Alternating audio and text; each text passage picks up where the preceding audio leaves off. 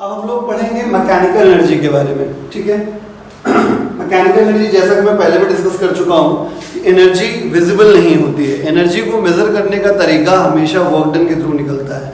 मतलब जितनी एनर्जी खर्च हुई है, जितनी एनर्जी का एक्सपेंस हुआ है, ठीक है, उतना ही वर्क हुआ होगा। यानी एनर्जी को कैलकुलेट करने के लिए हमेशा वर्क का इस्तेमाल करना पड़ता है। ये बात मैं आपको ऑलरेडी बता चुका हूँ, ठीक है।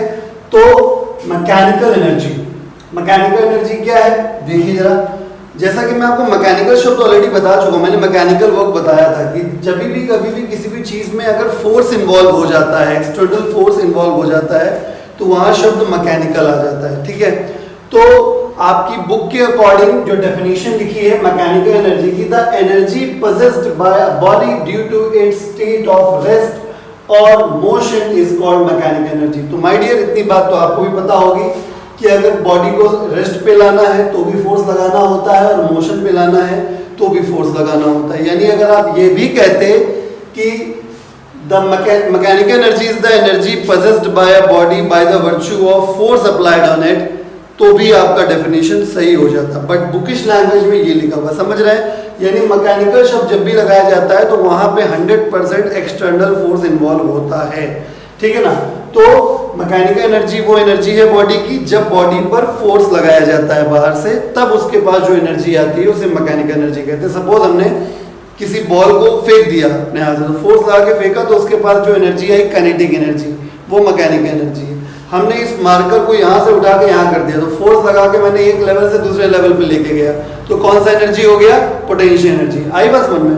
तो आप जैसे चाहे वैसे कह सकते हैं, ठीक है। बुकिश लैंग्वेज में कह सकते हैं energy possessed by body due to its state of rest और motion is called mechanical energy. Mechanical energy का सिंबल कैपिटल ई रहेगा। अब मैं बात करता हूँ components of mechanical energy. Point to be noted, बच्चे कभी कभी कंफ्यूज हो जाते हैं, मैकेनिकल एनर्जी के टाइप्स लिखे, गलत। ये कंपोनेंट्स हैं, कंपोनेंट्स ऑफ मैकेनिकल एनर्जी। इसका मतलब ये है कि अगर मैकेनिकल एनर्जी के कंपोनेंट्स देखें, मैं फिर क्लियर कर रहा हूं कि मैकेनिकल एनर्जी के दो टाइप नहीं लिखे, ये दो कंपोनेंट है। कंपोनेंट मतलब अगर हम इन दोनों को ऐड कर देंगे तो हमें मैकेनिकल एनर्जी मिल जाएगी। यानी अगर मैं यहाँ पे ऐसे लिखूं कि अगर मैकेनिकल एनर्जी का सिंबल E है, काइनेटिक एनर्जी का K है और पोटेंशियल एनर्जी का U है, तो K और U को अगर मैं ऐड कर दूंगा तो टोटल मैकेनिकल एनर्जी आ जाएगी। इस बात का ध्यान रखिएगा, बहुत इंपॉर्टेंट पॉइंट है ये, ठीक है, काम आएगा बहुत ज्यादा, तो इसको आप समझ लें। तो कंपोनेंट्स ऑफ मैकेनिकल एनर्जी समझ गए। कंपोनेंट मैकेनिकल एनर्जी के दो होते हैं, एक कंपोनेंट को कहते हैं काइनेटिक एनर्जी और एक कंपोनेंट को कहते हैं पोटेंशियल एनर्जी, ठीक है। अगर काइनेटिक एनर्जी और पोटेंशियल एनर्जी को ऐड कर देंगे तो टोटल एनर्जी आ जाएगा। चलिए हम लोग काइनेटिक एनर्जी तरफ बढ़ते हैं। काइनेटिक एनर्जी क्या है? काइनेटिक एनर्जी, आप काइनेटिक का मतलब मोशन से होता है हमेशा, ठीक है। तो काइनेटिक एनर्जी का मतलब हो गया कि अगर किसी बॉडी में जो मोशन की वजह से जो एनर्जी है उसे हम कहते हैं काइनेटिक एनर्जी। बेसिकली आपको अपने सिलेबस में दो प्रकार के मोशन पढ़ाए गए थे चैप्टर 1 में। एक था ट्रांसलेशनल मोशन, जिसमें बॉडी एक जगह से दूसरी जगह जाती है लेकिन उसका ओरिएंटेशन चेंज नहीं होता है, और दूसरा था आपका रोटेशनल मोशन, जिसमें एक बॉडी का एक पॉइंट फिक्स हो जाता है और उस बॉडी को हम एक पॉइंट के अबाउट घुमा सकते हैं। बात समझ में आ रही है? तो दो तरीके के मोशन आपके पास थे, तो दो प्रकार की काइनेटिक एनर्जी भी हो जाएगी फ्यूचर में। तो अभी फिलहाल ऐसे देखिए, काइनेटिक एनर्जी क्या है, बेसिक बात क्या है, मोशन की वजह से जो एनर्जी है वो काइनेटिक एनर्जी। तो देखिए मैंने लिखा है the energy possessed by a body due to its state of translational motion और rotational motion is called kinetic energy. आई बात समझ में? यानी किसी भी प्रकार का अगर मोशन हो रहा है तो उसके पास जो एनर्जी है उसे हम काइनेटिक एनर्जी कहेंगे। काइनेटिक एनर्जी का सिंबल कैपिटल K होता है। अब हम बात करते हैं टाइप्स ऑफ काइनेटिक एनर्जी के। Point of view noted, types की अब बात कर रहा हूं, ये टाइप्स की बात हो रही है। तो जैसा कि डेफिनेशन में मेंशन्ड है कि दो प्रकार के मोशन की मैंने बात करी, एक ट्रांसलेशन वाला मोशन यानी ये वाला मोशन, और एक रोटेशनल मोशन यानी कि ये वाला मोशन, ठीक है, एक पॉइंट के अबाउट रोटेट कर सकने वाला मोशन। तो इसी प्रकार से दो तरीके की काइनेटिक एनर्जी पढ़नी है।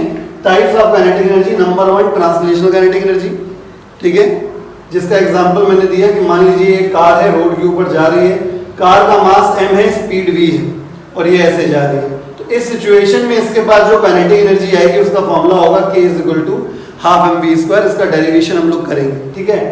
दूसरा टाइप है रोटेशनल काइनेटिक एनर्जी। मैं पढ़ा चुका हूँ पहले चैप्टर में कि ये मान लीजिए एक बॉडी है और ये एक्सिस है, हमने फोर्स अप्लाई किया है, यहाँ पे देखिए आप, हमने यहाँ पे फोर्स अप्लाई किया, फोर्स अप्लाई करने से बॉडी ऐसे ऐसे घूमने लगेगी इसके अराउंड, तो मोशन हो रहा है, तो इस प्रकार की एनर्जी कौन सी होगी? Rotational magnetic energy. अच्छी बात यह है कि अपने सिलेबस में इसका फॉर्मूला नहीं पढ़ना है, ठीक है, आपको सिर्फ टेक्स्ट दिया गया है इसके बारे में और बहुत ज्यादा फॉर्मूला वगैरह नहीं पढ़ना। चलिए दूसरे डिपार्टमेंट में आ जाते हैं, दूसरे कंपोनेंट में आ जाते हैं मैकेनिकल एनर्जी के, पोटेंशियल एनर्जी। पोटेंशियल एनर्जी क्या होती है? ये थोड़ा सा टेक्निकल पॉइंट है, बहुत ध्यान से समझिएगा। पोटेंशियल एनर्जी दो वजह से आती है। पहला, अगर मैं बॉडी को एक लेवल से उठा के, सपोज ये जमीन है और ग्राउंड से हमने इसको उठाया, यहाँ से यहाँ कर दिया, समझ रहे हैं आप, ग्राउंड से उठाया यहाँ से यहाँ कर दिया, तो इस प्रकार से एक पोटेंशियल एनर्जी आती है जिसको हम कहते हैं ग्रेविटेशनल पोटेंशियल एनर्जी, ठीक है। और दूसरी पोटेंशियल एनर्जी होती है, मान लीजिए आपके पास कोई स्प्रिंग है, स्प्रिंग नॉट स्ट्रिंग, स्प्रिंग को आपने स्प्रिंग मान लीजिए, कैटरपिल्ट मान लीजिए, कोई भी खींचने वाली चीज, ठीक है, तो आपने वो रिलैक्स कंडीशन में था, आपने उसको खींच लिया, या स्प्रिंग का केस है, मान लीजिए आपने उसको दबा दिया, तो क्या हुआ? आपने उसको, वो जो रिलैक्स कंडीशन थी वो आपने डिस्टर्ब कर दी। तो इस तरीके से भी उसके पास एक एनर्जी आ जाती है जिसे हम कहते हैं इलास्टिक पोटेंशियल एनर्जी। मतलब कैटरपिल्ट में आपने पत्थर लगा के खींच लिया, तो कैटरपिल्ट में क्या आ गया? Elastic potential energy. स्प्रिंग को आपने खींच लिया, क्या आ गया? Elastic potential energy. स्प्रिंग को आपने दबा दिया, क्या आ गया? Elastic potential energy. यानी कि पोटेंशियल एनर्जी दो वजह से होती है, या तो बॉडी का लेवल चेंज कर दिया जाए और या बॉडी का शेप चेंज कर दिया जाए, ठीक है, उसको स्ट्रेन कर दिया जाए। तो देखिए, the energy possessed by a body due to its position with respect to ground, समझ गए, और strained condition with respect to its initial condition is called potential energy। Symbol हो गया U, समझ गए होंगे आप।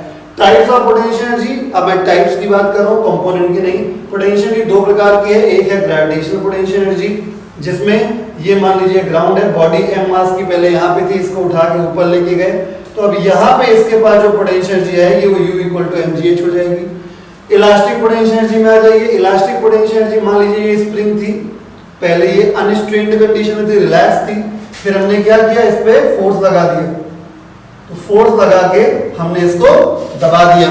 जब इसको दबा दिया तो अब इसके पास एक एनर्जी आ गई, उसे हम कहेंगे कौन सा? Elastic potential energy. इसका फॉर्मूला अपने सिलेबस में नहीं है, केवल टेक्स्ट पढ़ना था।